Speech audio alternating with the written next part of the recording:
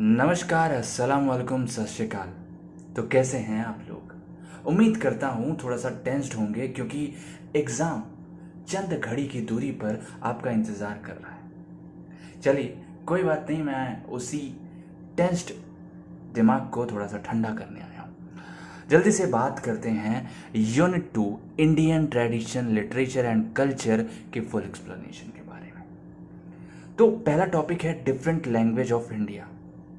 बचपन से कक्षा 1 से लेके कक्षा 8, 9, 10 तक की हिंदी व्याकरण की किताब में आपने पढ़ा होगा कि भाषा एक ऐसा साधन है जिससे हम अपने विचारों का आदान प्रदान करते हैं। तो एग्जैक्टली वही चीज़ है। Language is a medium through which we express our thoughts. ठीक है, टू अंडरस्टैंड पर्टिकुलर कल्चर, किसी भी जगह का कल्चर अगर आप समझना चाहते हैं तो उसकी लैंग्वेज के बारे में आपको समझना पड़ेगा।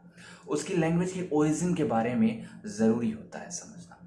अब अगर आप कहीं पे जाते हो दूसरे स्टेट में, दूसरे कंट्री में, अगर आपको उसकी लैंग्वेज नहीं आएगी तो आप क्या ही समझोगे। वो आपको गाली देके चला जाएगा और आप हंसते रह जाओगे। सबसे अच्छी चीज़ है।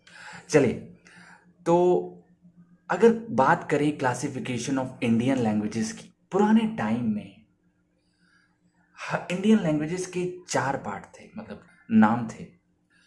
पहला आर्यन, दूसरा द्रविडियन, सिनो तिब्बतियन, ऑस्ट्रिक। और इसको अगर शॉर्ट ट्रिक में याद करना है आपको तो दास इसका शॉर्ट ट्रिक बेस्ट रहेगा। आर्यन की बात करें तो Aryan of the ancient Indian linguistic and cultural groups, Aryan is the most important. तो पुराने जमाने के लिंग्विस्टिक और कल्चरल ग्रुप्स में आर्यन बहुत ही ज़्यादा महत्वपूर्ण था। Indian civilization found its expression through Aryan speech developed over centuries. जैसे जैसे इंडिया आगे बढ़ता गया, इंडिया का सिविलाइजेशन आगे बढ़ता गया, उसको आर्यन से अपना कल्चर मिला।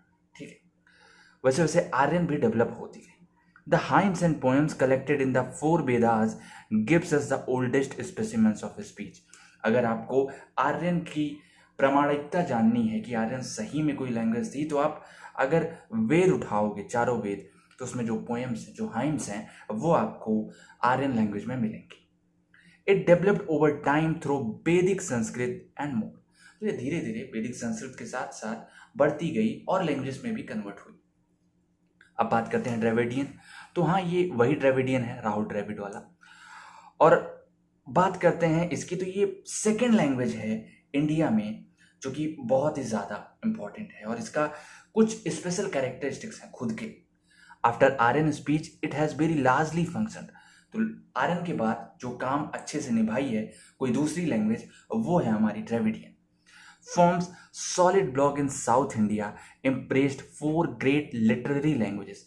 तो साउथ साइड में जहाँ की कन्नड़, तमिल, तेलुगु, ठीक है, तो ये 4 लैंग्वेजेस में ये डिवाइड होती है हमारे साउथ में, और वहाँ से द्रविडियन के पार्ट्स होते हैं। तो डेराइव हुई हैं ये चारों लैंग्वेजेस द्रविडियन से, और माना जाता है कि आर्यन से भी पुरानी है। ऑल्दो आर्यन ज़्यादा इंपॉर्टेंट है, मगर ये ओल्डर देन आर्यन। अब बात करते हैं सिनो तिब्बतियन की। तो सिनो तिब्बतियन जैसे कि तिब्बत चाइना से लग रहा है कि चाइनीज साइड की लैंग्वेज होगी, जो कि इंडिया का पार्ट जो चाइना की साइड होगा, वहाँ की लैंग्वेज के बारे में बात करेंगे।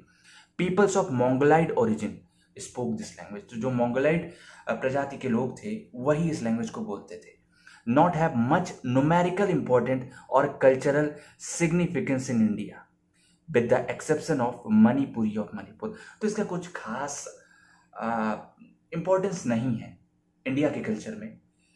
बस मणिपुरी एक लैंग्वेज है जो कि मणिपुर में बोली जाती है, वहाँ पे थोड़ा सा सिनो तिब्बतियन का यूज होता है, बाकी और कुछ भी खास इसका इंडिया के कल्चर में सिग्निफिकेंस नहीं।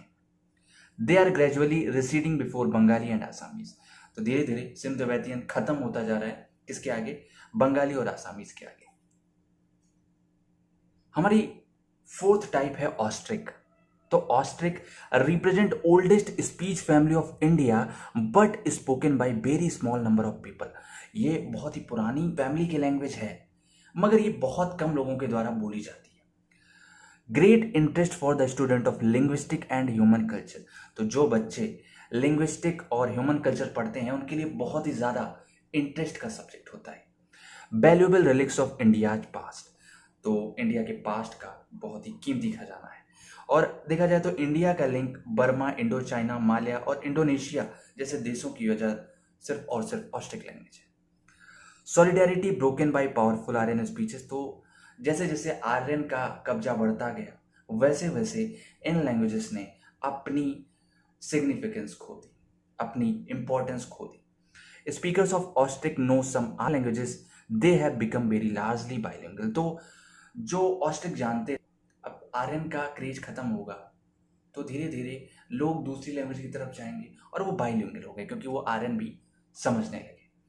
तो चलिए अब बात करते हैं हम सेकंड क्वेश्चन की, जो कि है ब्रह्मी स्क्रिप्ट। ये आपका बहुत इंपॉर्टेंट क्वेश्चन हो सकता है। तो Brahmi script, modern name given to the oldest script used on Indian subcontinent during CE and CE centuries. तो ये मॉडर्न नेम है जो कि बहुत ही पुरानी स्क्रिप्ट्स को दिया गया है, जो कि हम अपने इंडियन सबकॉन्टिनेंट में यूज करते थे। कब?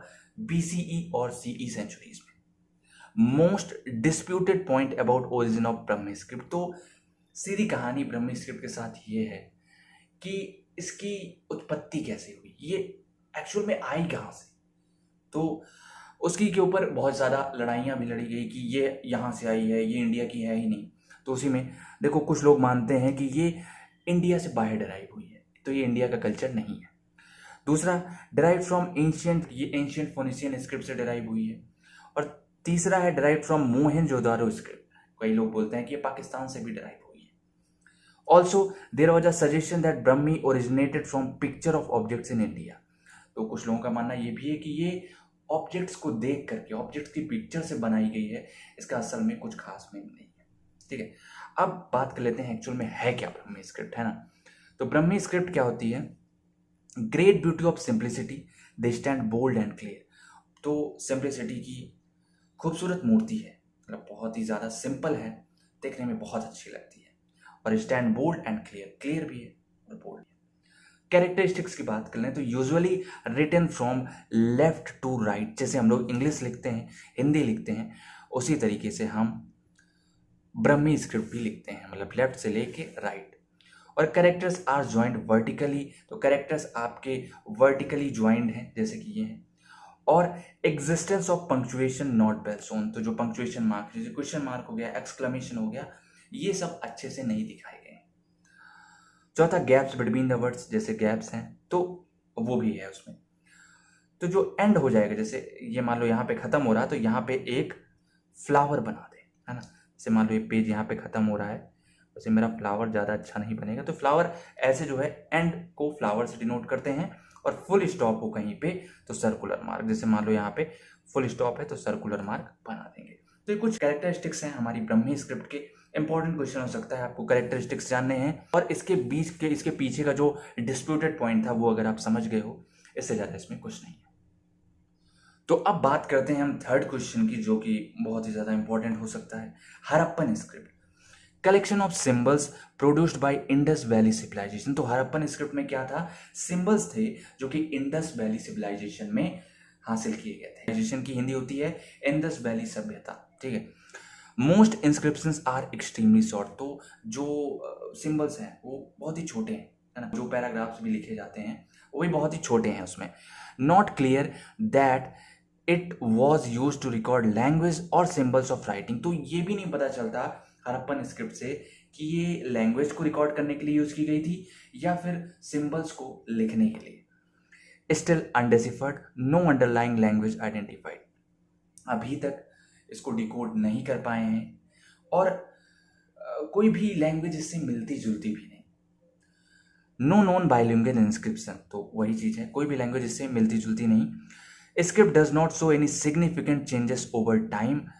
तो जैसे जैसे टाइम पास्ट हुआ, मान लो 2000, मान लो अगर हम अभी 2000 की बात करें, बट 1800 की बात करते हैं, 1805 में जो था, 1825 में भी कुछ खास चेंजेस नहीं आए।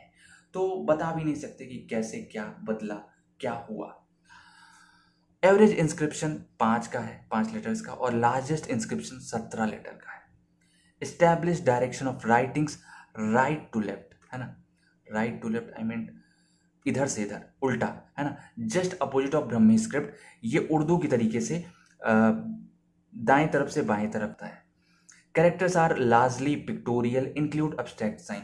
तो इसमें जो कैरेक्टर्स हैं वो पिक्चर के फॉर्म्स में है और ज़्यादातर साइंस है। नंबर इज अबाउट 400, तो 400 से ज़्यादा साइंस आपको मिल जाएंगे इसमें, तो जो कि 400 तो प्रिंसिपल साइंस हैं और ज़्यादा साइंस आपको मिल जाएंगे इसमें। अब बात कर लेते हैं हम अगले क्वेश्चंस की, वैदिक लिटरेचर। वैदिक लिटरेचर जैसा कि हम जानते हैं हमारे 4 वेद होते हैं, ठीक, उन्हीं 4 वेदों के बारे में हम बात करने वाले हैं। वेद होते क्या हैं? Earliest known literature in India, Vedas were written in Sanskrit and were handed orally from one generation to other. तो बहुत पुरानी लिटरेचर है ये हमारे इंडिया की वेद, और इनको संस्कृत में लिखा जाता था और ओरली एक जनरेशन से दूसरी जनरेशन में पास होता था। जैसे मान लो कोई बड़ी सी मीटिंग, कोई बड़ी सी सभ्यता एक तरीके से उसको ऑर्गेनाइज, जैसे मान लो कोई बड़ी सी मीटिंग जैसे उसको ऑर्गेनाइज किया गया, वहाँ पे इनको ओरली डिक्टेट किया जाता था, लोग सुनते थे, समझते थे, जानते थे। वेदा मीन्स नॉलेज, तो वेदा यहाँ पे लिखा है, वैसे हिंदी में वेद बोलते हैं, तो वेद का मतलब है ज्ञान। In Hindu culture Vedas are considered divine and eternal. तो आपने देखा होगा कि आपके घर में जो भी डिवाइन बुक्स होती है ना, डिवाइन बुक्स मतलब कोई भी अगर वो आरती वाली बुक आती है ना 50-60 रुपए वाली, वो भी अगर आपसे गिर गई नीचे तो बहुत ही पाप माना जाता है, आपकी मम्मी डांट देंगी कि यह क्या किया तुमने, अनर्थ हो गया, पाप हो गया, ठीक है। तो ऐसा ही कुछ है।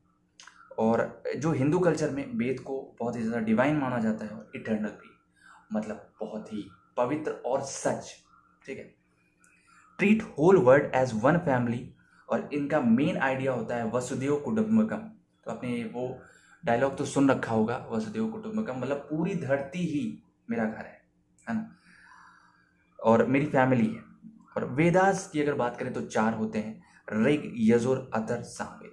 याद करने का तरीका से आर, से सामवेद, ए से अथर्ववेद, वाई से यजुर्वेद, आर से ऋग्वेद। तो ये 4 वेद होते हैं, इनके नाम अगर आपको याद हो गए। तो अब हम जानेंगे कि ऋग्वेद में क्या है। ऋग्वेद ओल्डेस्ट ऑफ 4 वेदास, ये चारों वेदों में सबसे पुरानी है, क्योंकि लास्ट में तो सबसे पुरानी है ये। Okay, it contains numerous facts and clarification about word important of gods. तो इसमें बहुत ज़्यादा फैक्ट्स हैं जो कि ये बताते हैं कि दुनिया की इस संसार की उत्पत्ति कैसे हुई, इस संसार की ओरिजिन कैसे हुई, और भगवान का क्या महत्व है। Indra is chief deity cited in Rigveda. तो ऋग्वेद में इंद्र भगवान मेन देवता है। ऋग्वेदा डिवाइडेड इन 10 बुक्स, जिनको हम मंडलास कहते हैं। तो ऋग्वेद 10 किताबों में, 10 भागों में डिवाइड हुई है, जिसको मंडलास कहते हैं।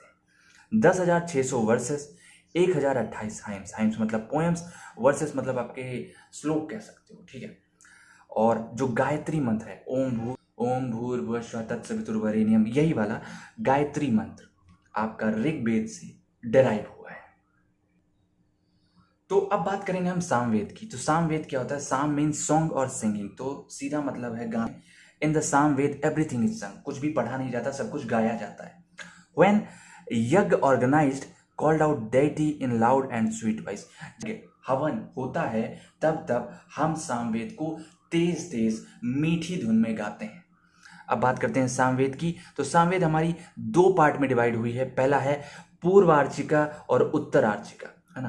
पूर्व आर्चिका और उत्तर आर्चिका कंटेन्स 1549, 1549 मंत्र हैं इसमें, 72 न्यू रेस्ट ऋग्वेदा। तो मतलब 72 नए हैं 1549 में से, बाकी सब ऋग्वेद से लिए गए हैं।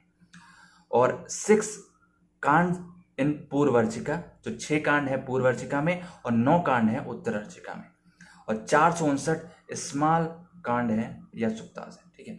तो कांड को सुक्तास भी कहते हैं। तो ये सारी चीजें आपके सामवेद में आ जाती हैं। और अब हम बात करेंगे यजुर्वेद की। यजुर्वेद क्या है? यजु मीन्स पोइट्री। तो जैसे साम का मतलब था गाना, वैसे यजु का मतलब है पोइट्री। तो Veda is poetry, Veda is in poetry, तो इसमें भी सब कुछ गाया ही जाता है। यजुर्वेद मीन्स नॉलेज कंसर्निंग यज्ञ, यज्ञ से रिलेटेड जो नॉलेज है वो आपका यजुर्वेद में, वाई से यज्ञ, वाई से Yajurveda. Contains 40 chapters, 2000 couplets, 40 chapter हैं और 2000 कपलेट हैं। पोइटिकल सेंटेंसेस एम्प्लॉयड एट यज्ञ ऑल्सो कंसर्न विथ अनुष्ठान। तो आपके जो पोइटिकल सेंटेंसेस यज्ञ के टाइम बोले जाते हैं, अनुष्ठान कहते हैं, है ना। अनुष्ठान एक तरीके का वही सेटअप होता है यज्ञ का, ठीक है। तो वहाँ पे इन सारे चीज़ों को गाया जाता है, खासतौर से यजुर्वेद को। अब यजुर्वेद की बात करें तो ये 2 पार्ट में डिवाइडेड है, शुक्ल यजुर्वेद और कृष्ण यजुर्वेद, ठीक है।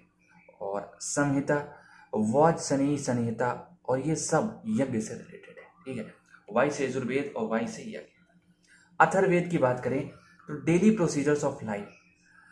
तो अथर्ववेद जो होता है वो आपका डेली प्रोसीजर्स ऑफ लाइफ है, जो आप डेली करते हैं वो अथर्ववेद में लिखा हुआ है।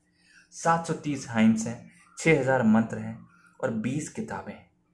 2 सर्वाइविंग रिसेंशंस, पैपलडा और सौनकिया, ठीक है। पैपलडा और सौनकिया, आई होप सो प्रोनाउंसिएशन सही हो मेरी, बट नहीं सही है तो आप स्पेलिंग याद कर लेना, पैपलडा और Shaunakiya. Called a Veda of magical formula. जो वेद हैं वो जो फार्मूलाज हैं उनको मैजिकल कहा जाता है। और beginning of Ayurveda, medicine and pharmacology. तो जितने भी आपके आयुर्वेद से रिलेटेड, मेडिसिन से रिलेटेड, फार्माकोलॉजी से रिलेटेड हैं वो आपको अथर्ववेद में देखने को मिलेंगे। Hymns of Atharvaveda are unique. तो जो पोएम्स हैं, जो हाइम्स हैं अथर्ववेद की, वो बहुत ही ज़्यादा यूनिक है। अब बात करते हैं 5वें क्वेश्चंस की, जो कि है लिटरेरी कैरेक्टरिस्टिक्स ऑफ रामायण। मैं आपको रिकमेंड करूंगा, वैसे अभी टाइम नहीं है, 10 मिनट का कोई भी शॉर्ट समरी वाला रामायण का वीडियो देख लीजिए, अगर आप नॉन हिंदू हैं तो, ठीक है। वैसे अगर आप रामायण के बारे में जानते हैं तो आप बहुत ही यूनिक है। और उसके साथ साथ 10 मिनट का वीडियो, ये हिंदू और मुस्लिम दोनों के लिए वैलिड है, महाभारत का ज़रूर देखिए। क्योंकि अगर आपने रामायण देखी होगी, मतलब रामायण तो पक्का है आपने देखी होगी, ज़बरदस्ती देखी होगी, कोरोना के टाइम में देखी होगी, मगर महाभारत में भी आपने ना देखी हो तो उसकी समरी ज़रूर देख लेना, 10 से 15 मिनट का कोई भी वीडियो उठा के, ठीक है। मैं यहाँ पे रामायण बताने जा रहा हूँ, तो नीचे कमेंट सेक्शन में बताना अगर आपने महाभारत देखी है तो, ठीक है। चलिए, in Ramayan art of poetry made great progress, ठीक है। तो जो पोएट्री है रामायण में आप देखते हो ना, सब कुछ गाया जाता है और कितना प्यारा लगता है। और कैरेक्टर ट्रेट्स की बात करें कि क्या क्या इसमें कैरेक्टरिस्टिक्स हैं, तो कैरेक्टर ट्रेट्स मतलब जैसे राम, सीता, लक्ष्मण, क्या क्या उन्होंने डिपिक्ट किया है। तो Rama's supreme sacrifice for sake of his father. तो राम जी ने अपने पिता के लिए अपना राज्य छोड़ दिया था, उनकी बात गलत ना हो, उनके वचन गलत ना हो, इसलिए तो एक अच्छे पुत्र होने का प्रमाण दिया है। Sita is glowing example of chastity and mindedness. तो सीता जी माइंड के साथ साथ एक धर्म पत्नी का रोल भी निभाई है। Lakshmana's obedience to his elder brother. तो लक्ष्मण भाई की बात मानने में नंबर 1 थे। Leaving royal comforts by Bharat. तो भरत जी ने जब ये सुना कि राम जी राज्य छोड़ के वनवास गए हैं तो उन्होंने भी प्रतिज्ञा की थी कि मैं एक पल भी इस राज्य का भोग नहीं करूंगा। और unflinching loyalty of Hanuman to his master. Hanuman ji को तो आप सभी जानते हो, फ्रेंडशिप ऑफ सुग्रीव की friendship. Various sentiments have been introduced into the epic but main is heroic. तो इसमें मेन हीरोइक है जो कि राम जी का है, ठीक। तो ये जरूर देख लीजिएगा, ये मेरा रिकमेंडेशन है। अब मैं ट्राई करूंगा, आपको लिंक दे दूंगा डिस्क्रिप्शन में, आप डिस्क्रिप्शन चेक करिएगा, ठीक है। चलिए, अब हम बात करते हैं 6वें क्वेश्चंस की, जो कि है famous Sanskrit authors and there works. तो ये क्वेश्चन आपका काफी इंपॉर्टेंट हो सकता है, ठीक है। हम संस्कृत के फेमस ऑथर्स के बारे में जानेंगे और उनके काम के बारे में। अश्वघोष, ये कोर्ट राइटर थे एंड रिलीजियस एडवाइजर थे, किसके? कुशन किंग कनिष्क के। यार ये पूरी हिस्ट्री है, अगर आप अभी देख रहे हो वीडियो, ट्राई करना, थोड़ा बहुत गेट कर लेना, ठीक है। First Sanskrit dramatist of world. तो ये दुनिया के पहले ड्रामेटिस्ट थे, संस्कृत ड्रामेटिस्ट। और बॉर्न ब्राह्मण but later turned into Buddhist monk. ये पैदा तो ब्राह्मण हुए थे मगर बाद में ये बुद्धिस्ट बन गए थे। Wrote Sanskrit drama Sariputra Prakarana, Buddhacharita, Mahalankara. तो ये इनकी कुछ फेमस बुक्स हैं। देखो अभी आपको याद नहीं होने वाला कुछ भी ज़्यादा इस क्वेश्चन में, तो आप नाम याद कर लेना सबके, और उसके साथ साथ एक दो के बुक्स वगैरह याद कर लेना, ठीक है। अब मैं आपको बता दे रहा हूँ Kalidas, immortal poet and playwright of India. Kalidas को आपने सुन रखा होगा। कालिदास की एक छोटी सी कहानी सुनाता हूँ। एक बार क्या हुआ कि ये एक पेड़ पे बैठे हुए थे और इनके घर वालों ने इनको लकड़ी काटने के लिए भेजा था। तो ये जिस डाल पे बैठे थे उसी को काट रहे थे, ठीक है। अगर इतना भी लिख दोगे काफ़ी है। बाकी immortal poet and playwright of India, अगर उसके आगे की कहानी सुनाऊँ, मैं थोड़ा सा सुना दे रहा हूँ, ठीक है। तो वो काट रहे थे और उनको एक लोग आके बताए, तो वो सुने नहीं, उसके बाद भी काटे, और वहाँ से गिरने के बाद आई थिंक उनकी जीभ कट गई थी। जीभ कट गई तो उस जीभ को वो काली जी को चढ़ा दिए थे, और तभी से उनको दिमाग आ गया, ऐसा कहा जाता है। Immortal poet and playwright of India wrote Kumarasambhava and Raghuvansh, ठीक है। रघुवंश और कुमार संभव इन्होंने लिखा है। ऑक्यूपेशन क्या था इनका? Poet and dramatist. तो जितने भी हैं वो आपके कोर्ट राइटर होंगे, पोएट होंगे, ड्रामेटिस्ट होंगे, ठीक है। और संस्कृत में खास तौर से ये याद रखना। अब भाषा की बात करें, सॉरी भाषा नहीं है, भाषा नाम था संस्कृत ऑथर का, तो इनको भास भी बोल सकते हैं या भाषा बोल सकते हैं। रोट स्वप्न वसवदत्तम और पंचरत्न और दूत दूत घटोत्कच, तो ये सारी स्टोरीज इनके द्वारा लिखी गई थी। और भैरवी की बात करें तो बेस्ट नोन फॉर किरत अर्जुनिया और 6th सेंचुरी संस्कृत पोएट। तो मेन आप इनके नाम याद रख लो, ठीक है। अगर वहाँ पे आप कोई कहानी बना लेते हो तो इट्स वेल गुड। अब बात करेंगे हम नेक्स्ट, तो अगले हैं माघ।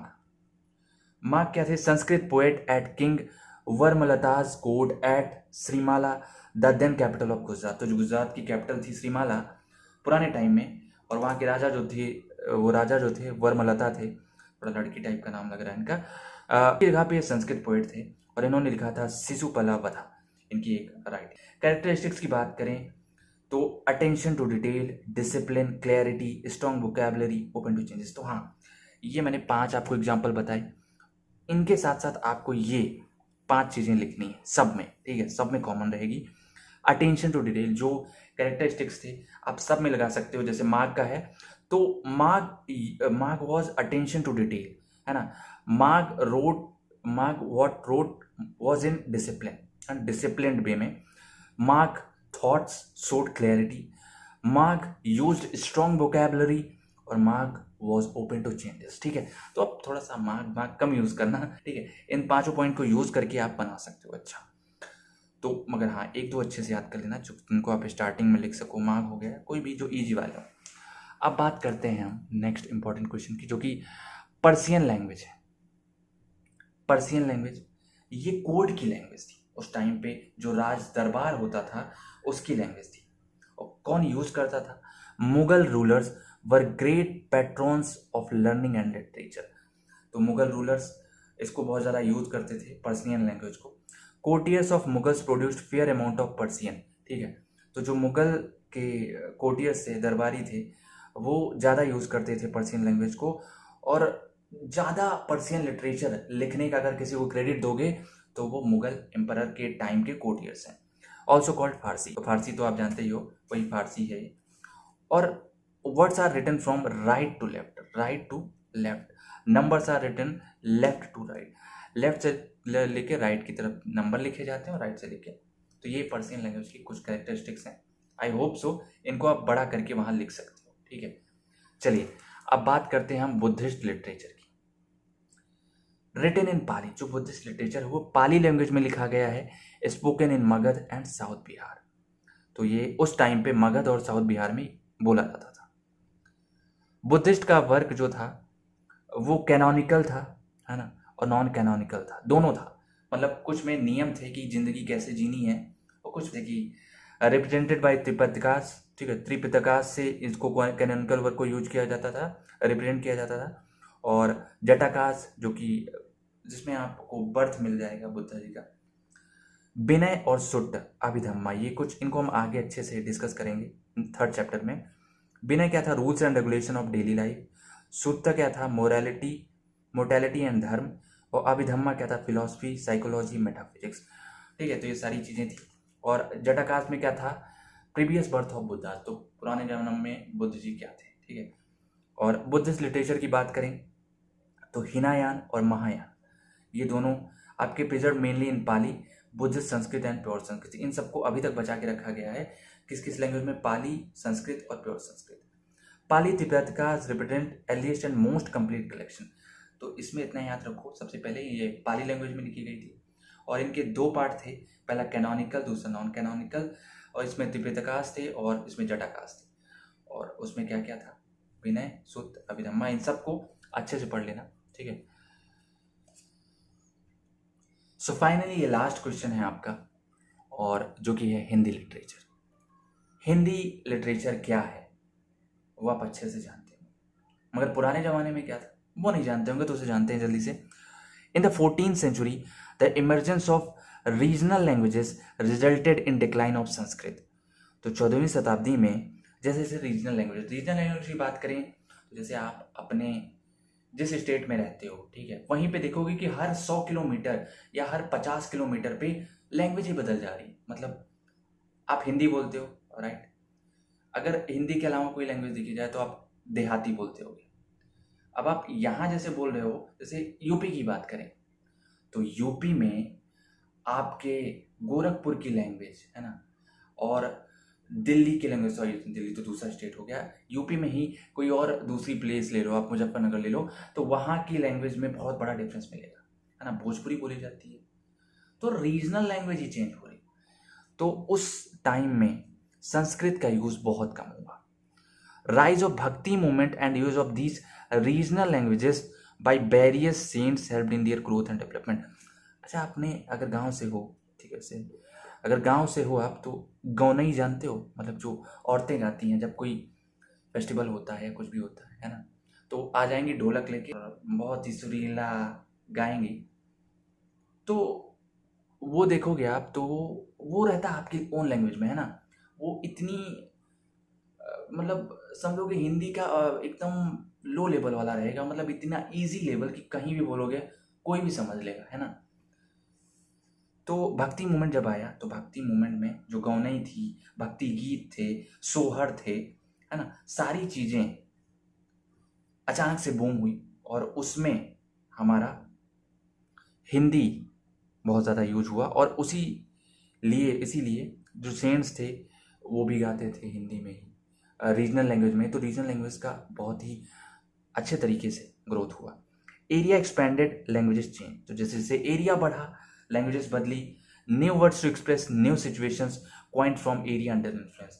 तो आप जहाँ पे होगे, जैसे कोई एग्जांपल लेते हैं, अब जैसे मैं आपको समझा रहा हूँ, समझ रहे हो, ठीक है, ये तो खड़ी बोलोगे, समझा तक नहीं, बुझले। तो मतलब एक ही लैंग्वेज को जैसे जैसे अब एरिया है तो बुझले कहीं पे भोजपुरी में यूज हो रही है ना, समझाते कि नहीं, समझ में आता है कि नहीं। तो ये लैंग्वेज का चेंजेस हो रहा है, ठीक है। वही चीज़ है कि जहाँ पे जो एरिया थी वहाँ से वो सिचुएशंस को एक्सप्रेस करने के लिए नए नए वर्ड्स आए। Bhakti movement started affecting prose and poetry composed in Hindi. तो जो भक्ति मूवमेंट था, भक्ति मूवमेंट के बारे में हम यूनिट 3 में पढ़ेंगे बहुत ही डिटेल में, है ना। तो भक्ति मूवमेंट ने बहुत ही ज़्यादा हिंदी को आगे बढ़ाया है ना, क्योंकि संस्कृत, अभी आपको मैं बोलूँ अहम गच्छामि, अहम जो भी हो, ठीक है, संस्कृत मुझे भी नहीं आती, आई एम सॉरी, बट आनी चाहिए, संस्कृत हमारा कल्चर है। और अब बात कर लेते हैं हम, Hindi evolve during Apabhramsha stage between 7th and 8th century. तो हिंदी का जो इवोल्यूशन हुआ था वो इस स्टेज पे हुआ था 7वीं और 8वीं शताब्दी में। Hindi poets express their sentiments, तो अपने विचारों को, अपनी भावनाओं को हिंदी पोएट्स एक्सप्रेस करते गए और लोग समझते गए। Poets influenced Indian society, easier to remember poetry than prose. तो पोएट्री को याद करना इजी था than prose. In modern times Khari dialect became more prominent, है ना। तो ये जो खड़ी डायलेक्ट है, आप जो अभी मैं जिस लैंग्वेज में आपसे बात कर रहा हूँ, ये खड़ी हिंदी है, वही चीज़ यहाँ पे दिया गया है। तो इस क्वेश्चन के साथ इस यूनिट का एंड हो जाता है। आधे घंटे में मैंने इस यूनिट को ख़त्म कर दिया है। आई होप सो आपको समझ में आया होगा। इतना पढ़ के जाओ, इससे ज़्यादा भटकने की कोई ज़रूरत नहीं है। जो क्वेश्चंस आएंगे इनमें से ही आएंगे और इससे बाहर कुछ नहीं आने वाला है। अगर आता है तो माफ़ करिएगा, वैसे तो मुश्किल है क्योंकि पेपर पहले कभी नहीं हुआ है, बट जितने मैंने 9 क्वेश्चन बताए हैं 9 में से 2 क्वेश्चन आपके पक्के हैं, ठीक है। अब वो 2 नंबर और 10 नंबर या 10-10 नंबर कोई भी हो सकते हैं, प्रोबेबिलिटी मैटर्स। चलिए बस इतना ही था इस वीडियो में। अगर वीडियो पसंद आया तो लाइक करिएगा, चैनल सब्सक्राइब नहीं किया तो सब्सक्राइब करिएगा, और इंस्टाग्राम पे अगर आपको थैंक यू बोलना है तो इंस्टाग्राम पे आ जाओ, और टेलीग्राम जरूर ज्वाइन करना, वहाँ पे इसकी नोट्स मिल जाएगी। चलिए मिलते हैं आपसे जल्दी ही अगली वीडियो में यूनिट 3 की। तब तक पढ़ते रहिए, मुस्कुराते रहिए और टेंशन नहीं लेना, मैं हूं ना। चलिए बाय।